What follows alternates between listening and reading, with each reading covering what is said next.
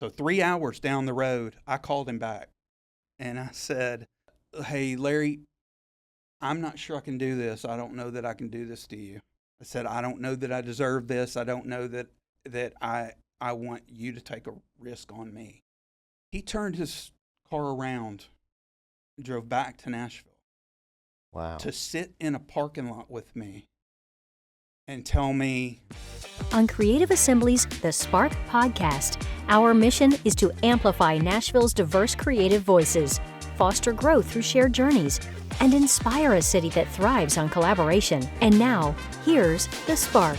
Hello, everyone. Welcome back to The Spark. I'm your host, Mark Scrivener, and today I am joined by a very special guest. I'm really excited about this episode for many different reasons, but I want to welcome to the show Robert Froedge. He's the Chief Creative Officer at Lewis Communications. Yep. And doing some very meaningful work in the community. Robert, I remember maybe about 6, 7, 8 years ago, we went to an award show, and I was like, Lewis Communications won I think you won almost every award that night. And, then I got to know of Lewis Communications through that and know of your work, and you've just done some amazing stuff along the way. And so Thank you. really excited to have you on the show and hear a little bit about your journey and the story. So welcome.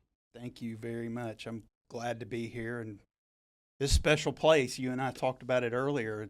It's fun to come to this space in a different way than when I was here before. Yeah. I don't know if you want me to talk about that. But, definitely. I think, that's why this is such a special episode is even when I invited you, you had no idea that we were in the place you went to church for your whole life. And so that was, we were lucky enough to preserve it and turn it into our workspace. So it's going to be a great episode. Man, you guys did such an amazing job with this building that meant so much to a lot of people for a long period of time. Highly thought of church. The pastor was really well known and very charismatic and just a beautiful soul, great guy and close family friend. And my mom was the secretary here. So I spent, as I told you, I spent a lot of time in this building all days of the week, not just Sunday, you know. And so it brings back so many good memories that I'm thankful to be able to come back in this capacity. In the early days when we moved over here, it was funny because I would invite our clients over to the church.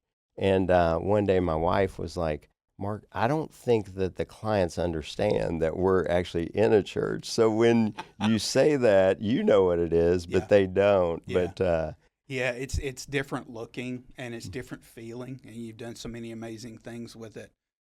And then the part of me that remembers that exterior front, boy, when I drove up and sat in the parking lot, I got here a little bit early because I thought, this will be a little bit emotional for me, showing up to a place that was such a big part of my life and where I was baptized and gave my life to Christ. And it was emotional sitting out in the parking lot before I came in. Wow. But I can't thank you enough for being able to come here and be a part of this. Yeah, well, I'm glad that you approve of everything we've done, as all beautiful. The other elders have. And so, maybe just to kick us off, Robert, I mean, you're the 0.5% of people that actually grew up in Nashville. And so maybe take us back to your early journey of what got you into creative in the first place. I'm gonna give you a couple of really interesting answers.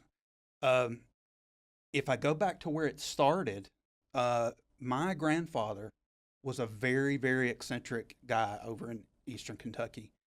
He was a photographer. He sold Indian motorcycles. He had the general store, and he could do optometry, or he could sell glasses, but he didn't consider himself an optometrist. And so that eccentric, creative personality, my mom always told me that I got that from my grandfather. But man, from a young age, I always drew pictures. I was always interested in art. In high school, I took drafting, which gave me a really good framework for how to design. It taught me grids, so drafting was grid based, and it taught me how to letter correctly. So I had a good start there. The funniest part of it is, I got asked by the teacher one day at school. He said, "Do you want to be a part of a poster contest as a representative for Stratford High School, which is right down the street?" And I said, "Sure, I'll do it." I didn't know what I was getting myself into. I show up that weekend. We travel to the show, and it opened my eyes to what art could be, that it could be posters and brochures and design and things that were kind of new to me.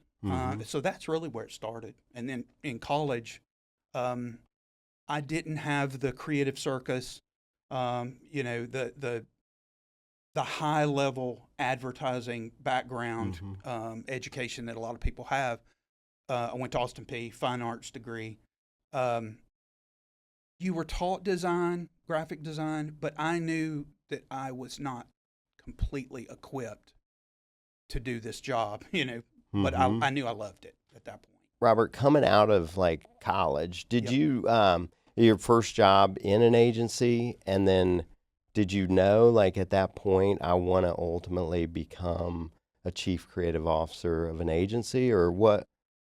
Tell us that journey. Absolutely not. And I'll be vulnerable here in this answer. I knew I wanted to make or get a job in this industry, in design at first, specifically design. I wanted to be able to pay my bills. I came from a fairly middle class, lower class income home, and so money was something that was on my mind. I was like, hey, I've got to make a living doing this. So I wanted to find a design job, and one where I could truly learn the craft. I'd gone to school, I got the degree, but I didn't feel like I was totally prepared for the industry.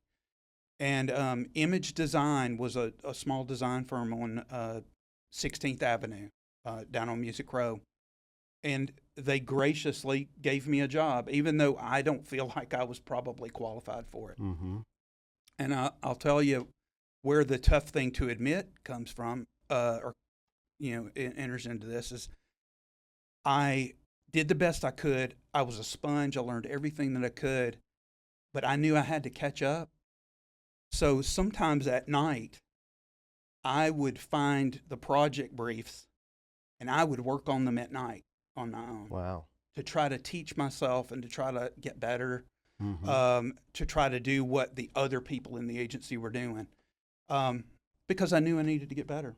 And so I would spend 5 o'clock in the afternoon to 12 o'clock at night, 1 o'clock in the morning, working to improve myself. Yeah. What, I guess over the years, like, has there been something early on that maybe changed the way that you think about creative and problem solving today? Yeah. Design was something that I did not completely understand from the conceptual side of it. I understood the embellishment side of it, how to make things look beautiful, how to arrange things on a page, how to make things look pretty. And what I lacked was I didn't understand the conceptual side of it, the meaning part of it, the real meat, how you connect to people with a concept. And so one thing that was really interesting is as I got better in design, I started to see agency work that was conceptual, but yet with design principles and just beautifully done. It was the perfect mix. And that I was just enamored with that. I was like, oh, this is the cool looking stuff, but there's meat there. It means something. There's something for me to understand and a story. And so that was really how I became aware of Lewis Communications. Really? And so how long now have you been with Lewis? I have been at Lewis 32 years. 32 years. Yeah. And I mean, that says a lot because people, don't necessarily stay with jobs like you have, but it's got you to a point where, you're the huge part of a big, big agency. Knowing, you have the office here in Nashville and Birmingham And Mobile. and then Mobile. Yeah. And so, and I guess you're leading all the creative teams across all the offices too. Yep. That's been tough to get used to, Really? going from the creative side to being on the leader side. I always struggled with that imposter syndrome that we talked about earlier. And so you always feel like, well, there's somebody else better to do that. I'm probably not qualified for that. In fact, I'll tell you a quick story, if it's okay, about how my employment with Lewis started. I met Spencer Till and Larry Norris, who were running the Lewis office out of Birmingham, and met him through Gary Brandon, a creative here in town. Okay. At the time, he was a writer, and now he's a strategist. And we got connected. They said, well, let's talk. And one thing led to another. And Larry offered me a job when he was up here for a Vanderbilt University shoot. And so I was ecstatic and scared to death. Those old fears came back to haunt me. And Larry was driving back to Birmingham and was almost back to Birmingham.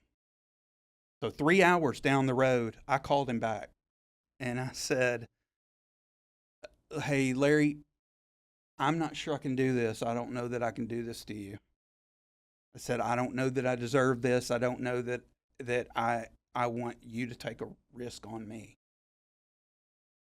He turned his car around and drove back to Nashville. Wow. To sit in a parking lot with me and tell me, hey, I believe in you. I know you can do this. I want you here, and it'll be on me if it doesn't work out. And, people jump around in this career all the time, and I understand why. But the reason I stayed was partly because of Larry Norris and what he did for me, to give me that job. And also because Lewis was a place where you could grow and continue your career path, and you didn't have to go somewhere else. So I just stayed because, one, I loved the people and what they stood for, and two, I loved what I was able to do all of those years, whether it was starting as a graphic designer or moving into leadership. Yeah. Well, the trick in any business is hiring people more talented than you and managing them because they make you look so much better. Yeah. And I would say today there probably are creatives in the shop that are more talented than you are. Absolutely. Across the board. But We'd be in trouble. It just continues to elevate you and your leadership there. And so, that's a great story, though, of, just how somebody made you feel. And it's like those little things that people can do to build that trust, where you just, you remember that story, you tell that story. And I know you shared another one before we started rolling about, when you were winning all the awards at, the Ad Federation show. And you mentioned David Bohan walking up after, and love to hear it, maybe. Yeah. Blind squirrel finds a nut, right? So I was doing some work that was getting some recognition at one point, and we had some really high profile clients at that time too. I was working on HGTV or in the early heydays. So it was a good opportunity and a good synergy to be able to accomplish some good things with the work. And I got I won Art Director of the Year in the Nashville Ad Federation Addy Awards. And one of the first people to come up to me was David Bohan. Wow. And he does not know how much that meant to me, but I still think about it today. Just him recognizing who I was, thanking me for caring about creative, being a craftsman, working hard at good work, and him saying, "Hey, I'm glad you're here in town, and congratulations." Wow. It meant the world. Yeah. Well, David's been a guest on here, and I hope he hears this because he deserves it. He's done that for so many people. He And has. it's those little things that he's done that has just made him an icon in this business. has. And just like you are too. But Ah. what do you, I mean, like literally the night that we went, I don't know how many, but I would think it would have taken a wheelbarrow to roll out all the Addies and awards you won that night. But what do you think like separates the good creative from like really like great, truly inspiring like creative stuff that you guys do today? Yeah, I think it's a few things. I think, craft plays a role in it. If an idea is crafted that much more, it gets recognized that much more. I think that's always been the case. And I hope, with AI, I hope craft doesn't go away completely. But I would say recognizing the gap between communicating an idea and the consumer understanding that idea is the magic spot. You don't want to tell too much. You don't want to give away too much. You want to give them just enough to meet you in the middle and to go, aha. And for me, that has been kind of the magic thing, is you find that really narrow gap where you are telling the consumer something but giving them just enough room to meet you in the middle. It'd be like telling a joke and then the person telling the joke gives away the punchline before you have a chance to think about it, Like, I really wanted to get that, Yeah. So. Well, you leaned into it a little bit with AI, and I know, Yep. We first met at Belmont University doing a presentation on AI in the creative space in the agency world, and I was like blown away by your presentation and the stuff you guys were doing. I thought we were way ahead with AI, and to see everything you all were doing was just so impressive, and to hear that, and not necessarily that it'll ever replace the creatives, but you used it as a way to really like streamline a process or show a client what could be before you have to go out and spend a lot of time and energy, and the client maybe not want to go down that path. And maybe just talk a little bit about how you guys are continuing to leverage AI to continue to do great work. I think we're lucky in that we have a lot of people that are embracing it and not pushing it away. I think it's too easy for creatives to look at it and say, I really don't want that in my life. I don't believe in that, or I think that's wrong. And, it's been that way with a lot of changes in our business all through the years. Computers did the exact same thing. I was there when computers were introduced, and you had the people that were used to working on T-squares and boards say the exact same thing. So I think we've got a lot of people that embrace it. There's a lot of curiosity. And we've told people at Lewis, AI is not going to replace you. Not learning AI might, because I think it is a much more efficient way for doing some things. Not everything, but some things. So embrace it where it makes sense. Use it where we can, but don't force it. Like, this is still about people. I think it's still about ideas. I think it always will be. I think the alarmists have kind of scared a lot of people into thinking it's the big bad thing that it's not. Here's another thing. If you look back at artists, fine artists, all through history, they all looked at others before them and learned from them. AI is doing the same thing. AI is looking at things all over, and it is coming together with some of the vision that you help create to help you further your idea. Like, I don't see how you can be disingenuous and say, well, I don't want inspiration from the machine, when all through history we've had inspiration from artists, and other creatives. So that's the way I look at it. Yeah, and I guess them seeing your team, seeing you embrace it and like explore with it, and probably makes a big impact on, hey, it's okay to start learning some of this stuff. And see what works, what doesn't, because it's definitely not perfect. It's not. It's a lot of trial and error. The programs change constantly. Platforms change constantly. I would say the biggest issue that we face right now is how do you systematize the whole agency with AI? Episodic use is great, and we even had an advisor come in a few weeks ago and talk to us about it.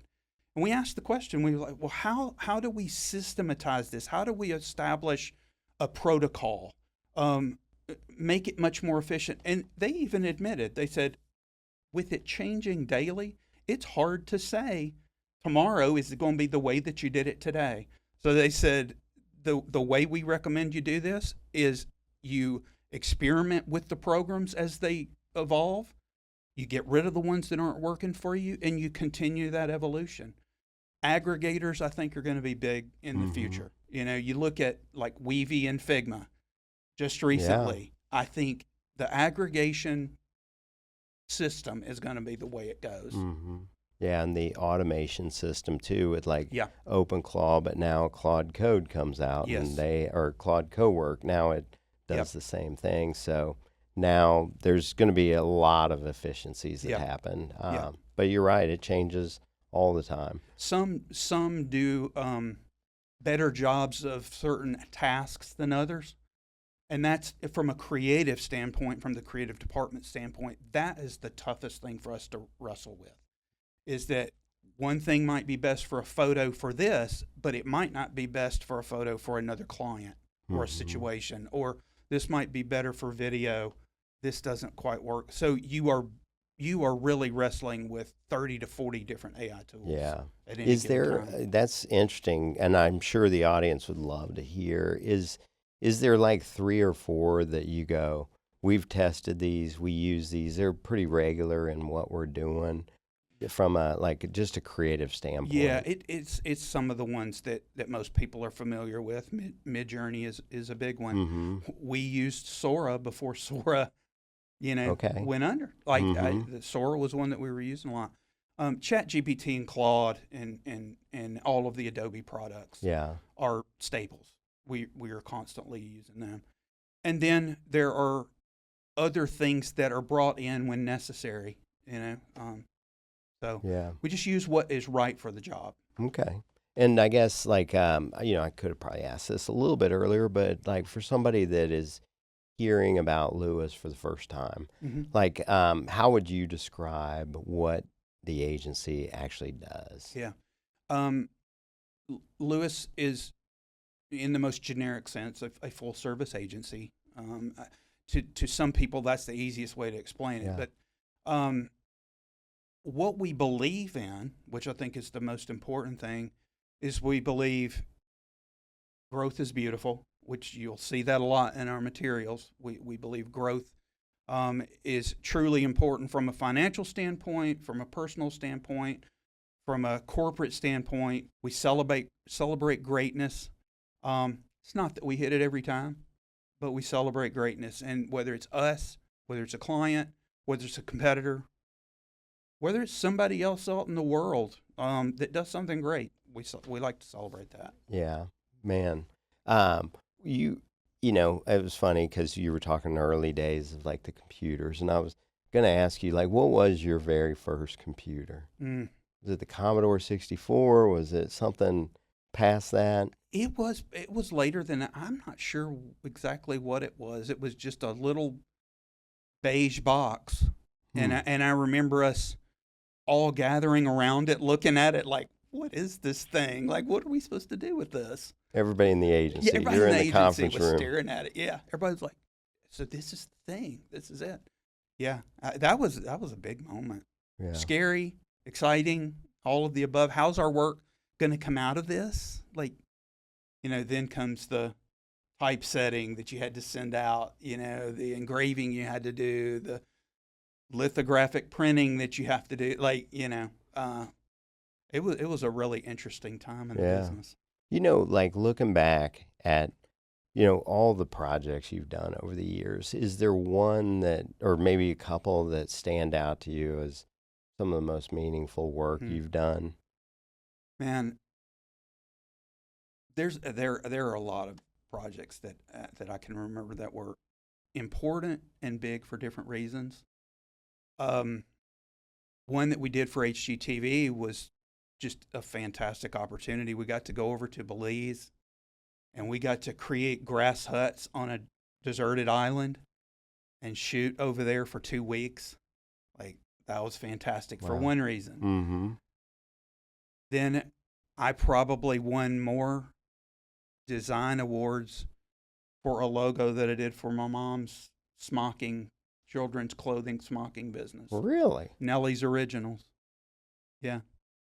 Got in Type Directors Club and, the Art Directors Club and the British Art Directors Club and Graphis and How and Print Magazine. And so there are different things that I've been able to been very blessed to work on some amazing. Yeah. Well, there's a past guest, Tom Woodard, and he, he talked about Lewis so much and you and your team and just all the great work you did for him. Mm-hmm. Maybe if you say something, I know that was impactful for you. Yeah, it was, and it was impactful because of Tom, one. Yeah. I so admire him. What a great guy. And what he stands for and who he is and his faith and his belief. It just, wow. It's just fantastic. So to help him out was great. The neurodivergent effort that he's doing, and he named it the Ability Machine, and it was a cool problem to solve because one thing that we as a team went to Tom with was we were like, hey, we're not sure of the name. We're like, Tom, I get what you're saying with it, but do you really want to be considered a machine? Like, that seems like the opposite of the feel that this thing has to have. And so we worked really hard to bring the humanity to that name and to make the name machine mean something different than you might normally think of at first. Yeah. The synergy among these people and what they're doing and them and the clients that they work for, the artwork that they do, like, started to see this motion that we brought forward in the mark and in the identity, and knowing Tom's faith is where there's 3 parts to that mark that represent the Trinity. We don't talk about it, but it's there at the basic level. Yeah. Well, he's doing some amazing work, and he just went on and on about you and I appreciate that. The great work you were doing with him. Well, so back to him. He's a good friend, and he actually texted this morning and said, "When are we gonna have lunch?" Sometime soon, I hope. Yeah. In the creative world, I know you probably deal with this all the time, of artists, art directors, graphic designers. They they get so into the project, and I guess how do you help them balance like the storytelling, the branding versus really like getting some measurable business results? Yeah. At the end of the day, if a piece or work that we're doing does not produce identifiable results, that can be put on a data sheet, then it's failed in my mind. Good work for good work's sake is not good enough. I sometimes say that. It has to work. I always remind the art directors, the writers, everybody in the agency that we aren't artists. We can do art in what we are doing, but it has to be for a financial goal for the client.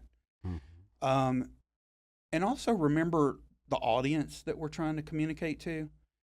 A lot of times you can get so buried in what you are doing and forget who it's for, who this is to.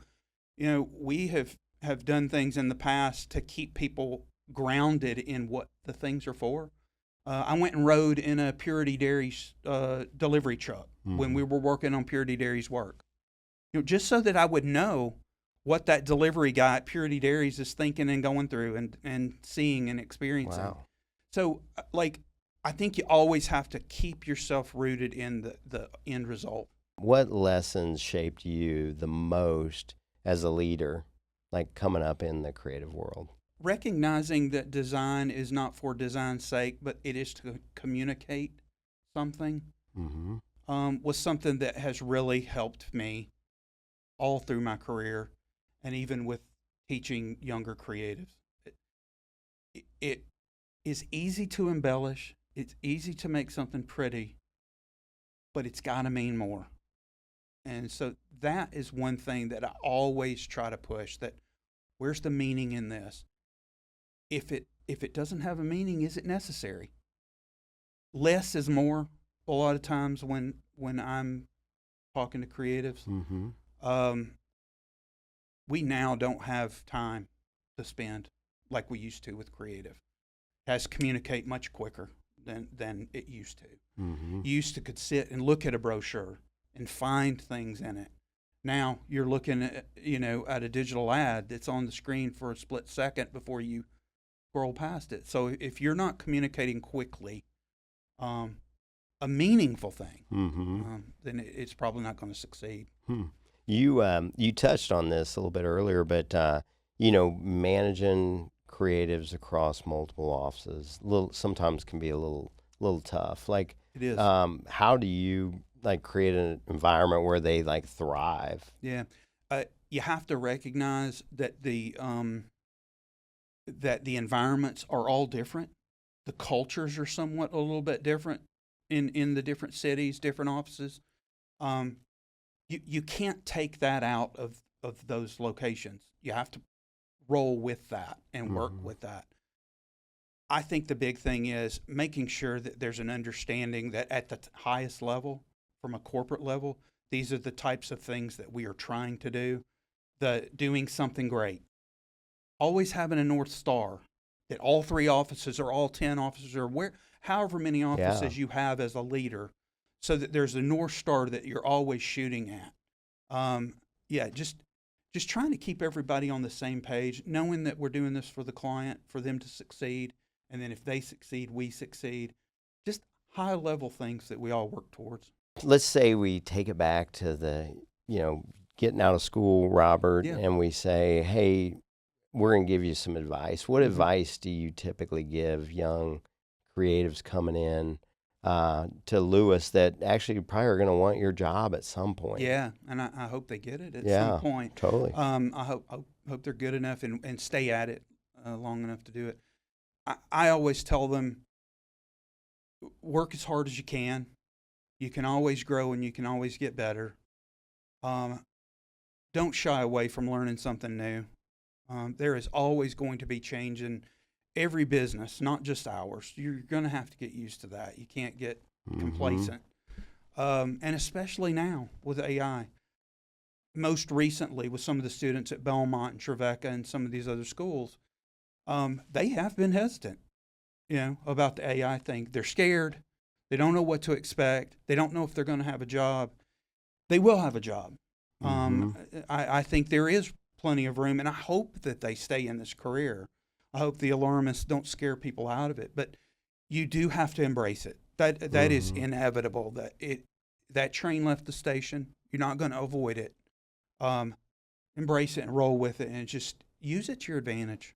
Yeah, it's I was shocked when we went over to Belmont, and the that it was almost told not to use AI, and I think both of us said we probably would never hire somebody in the agencies that didn't embrace AI. They weren't using it. They weren't learning about it at some capacity. Isn't that something? Because I remember that, and I get it. Academia and that AI almost feels like they're incongruent, right? Like you want them to learn the basics. You want them to know things that are going to enhance their technical skills and their understanding and their abilities.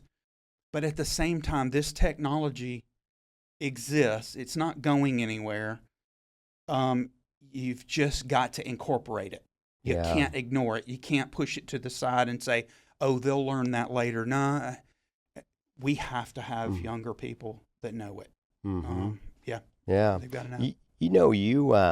I think you all are in office, or a majority of the time you're in office. And I guess is there something you see with being in office that maybe like a lesson that creatives can only learn by being there and being around people that have the experience like you have? Absolutely. I'm a big believer in office work. I think you can have conversations face to face that you can't have through Slack and email or even a phone call. I think being able to see a person's reactions is helpful. I think it cuts down on the communication that you have to do about certain things so much. I don't have to over-explain. You can be able to like sit with them, get behind their computer. It's just so much easier to be there. And I know, we went through that period with COVID and after COVID where work from home was the big thing, and people were saying, oh, I get more done at home. I just do not believe that was the solution ever. I think in-office work, when you can do it, is helpful to your career, especially if you're younger. Mm-hmm. You get to see what older people have done. You get to see what better people are doing. It's just the experience you get that you won't get from your living room or your dining room or your kitchen. We let people work from home when they want to.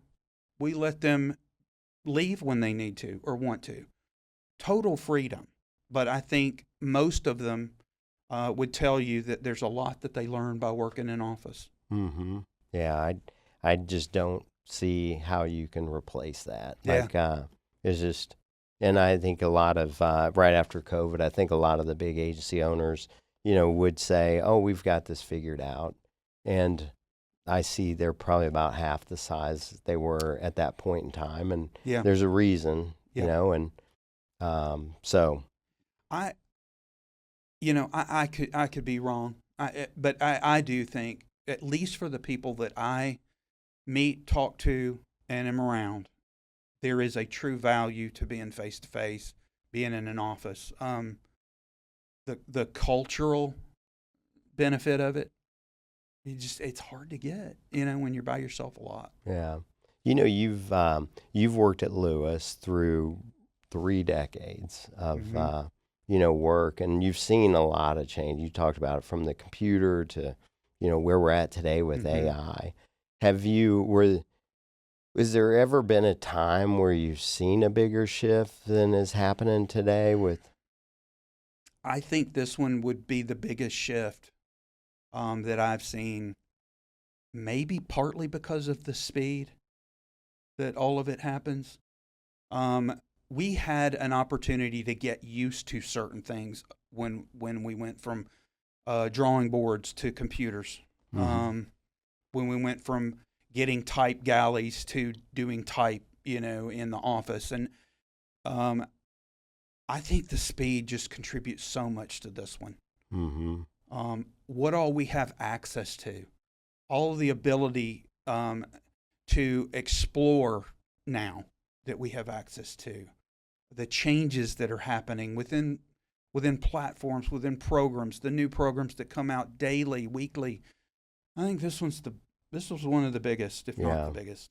Well, talking about it, 32 years, and even more before that, like, you're still winning awards, you're still producing amazing work. Like, what is it that spark of like curiosity, the spark that keeps you like just driving forward and trying to achieve the best creative? I think we are able to still succeed with creative integrity and doing good work because we're not putting the emphasis on the tools.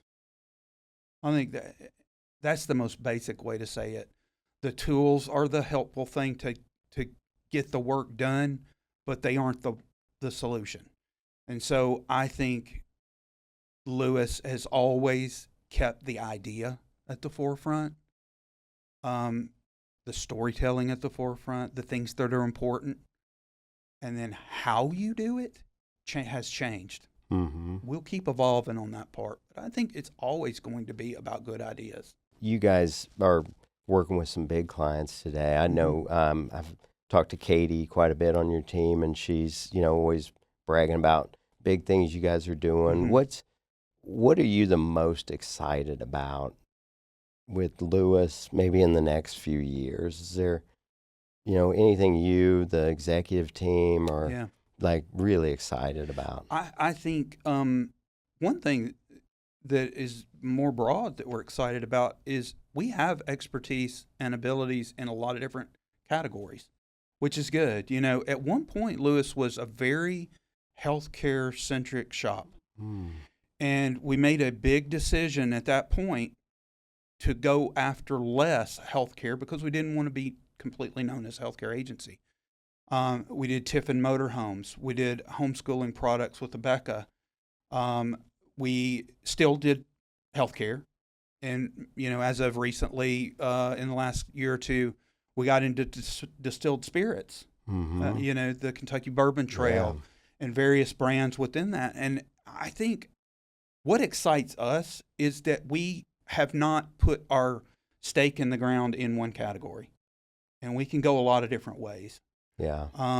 We still want to do healthcare. We still want to do homeschool. We still want to do outdoor products and services.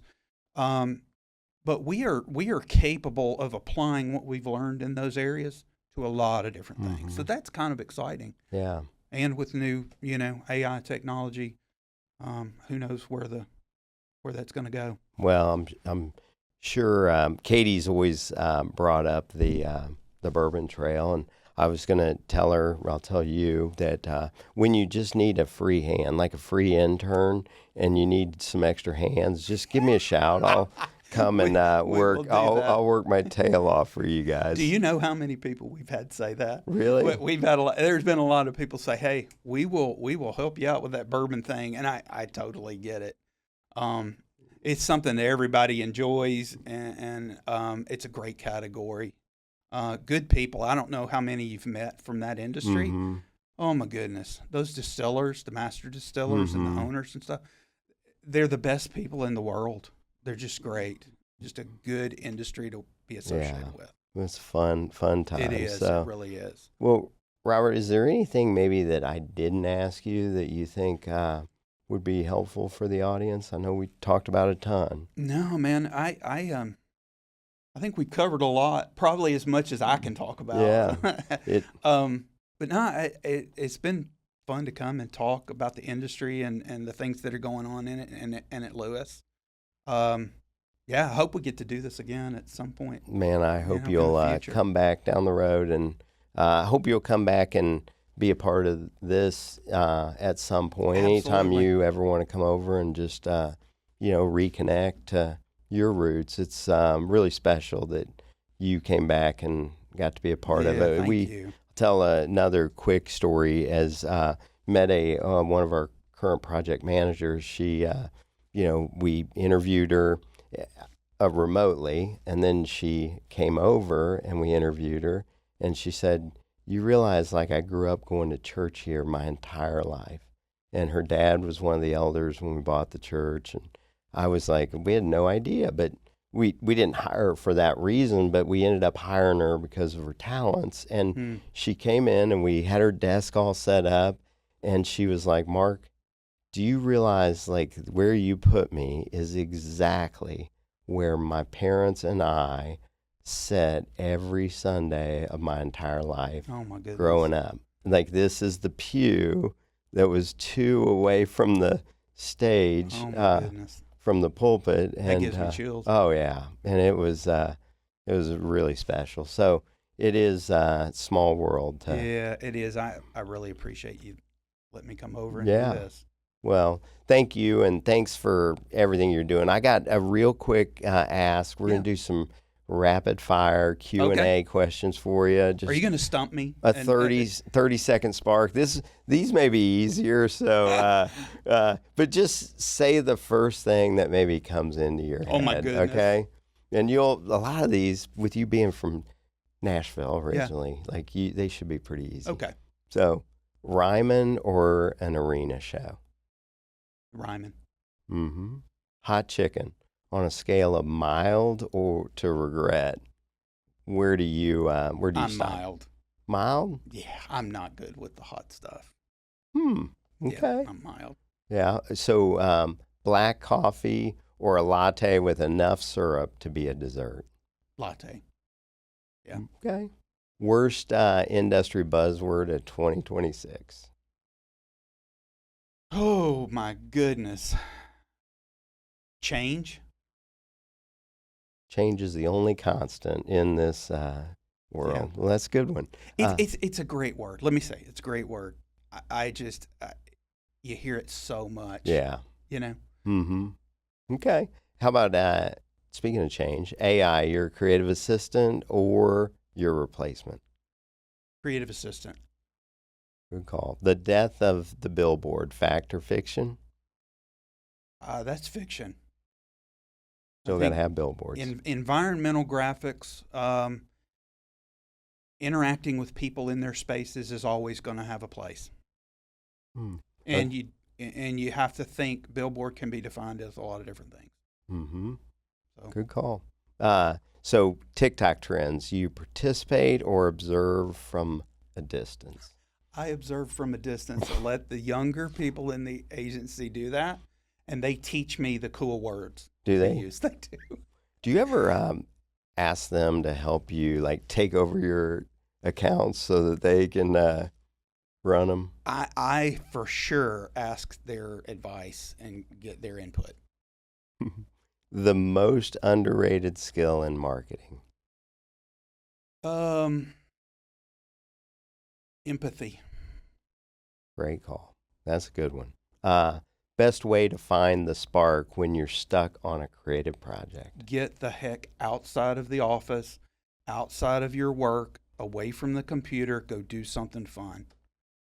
It happens every time when you do not expect it.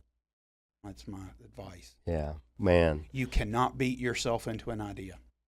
That's such a good call. What a great lesson, man. Thank you. And thanks Absolutely. Thanks for all the great lessons today. Yeah. Thanks for being a part of the Spark. And really, thanks for everything you've done and continue to do for the creative community here in Nashville. I think you've put a lot of people on the map. You've put Nashville on the map. And, I know you're super humble and you don't take the praise because it's just who you are, but that is, you've definitely made a huge impact, and I really appreciate it. The audience appreciates it. And listen, if today's episode with Robert sparked any questions, please drop them in the comments section, and we'll get them over. If you're a young creative and you're looking to get into this world, I think he would be an incredible person to talk to and gain some insights off of. Yep, so glad to do it. Yeah. And if you haven't yet, please subscribe, rate, and review the show just so we can get the word out to more creatives in Nashville, more agency owners, and people that need to hear this. On behalf of myself and the entire Spark team, we're out until next week. And that's a wrap on this episode of The Spark from Creative Assembly. Thanks for spending time with us and exploring the minds shaping Nashville's creative future. If you're walking away more inspired, connected, or energized, that's exactly the point. A big thank you to our sponsor, Snapshot, and the incredible team behind the scenes who make this show possible. Your support fuels every conversation and keeps collaboration alive. So if you haven't already, subscribe wherever you get your podcasts and leave us a review. Thanks again for tuning in. Until next time, stay creative, stay curious, and keep that spark.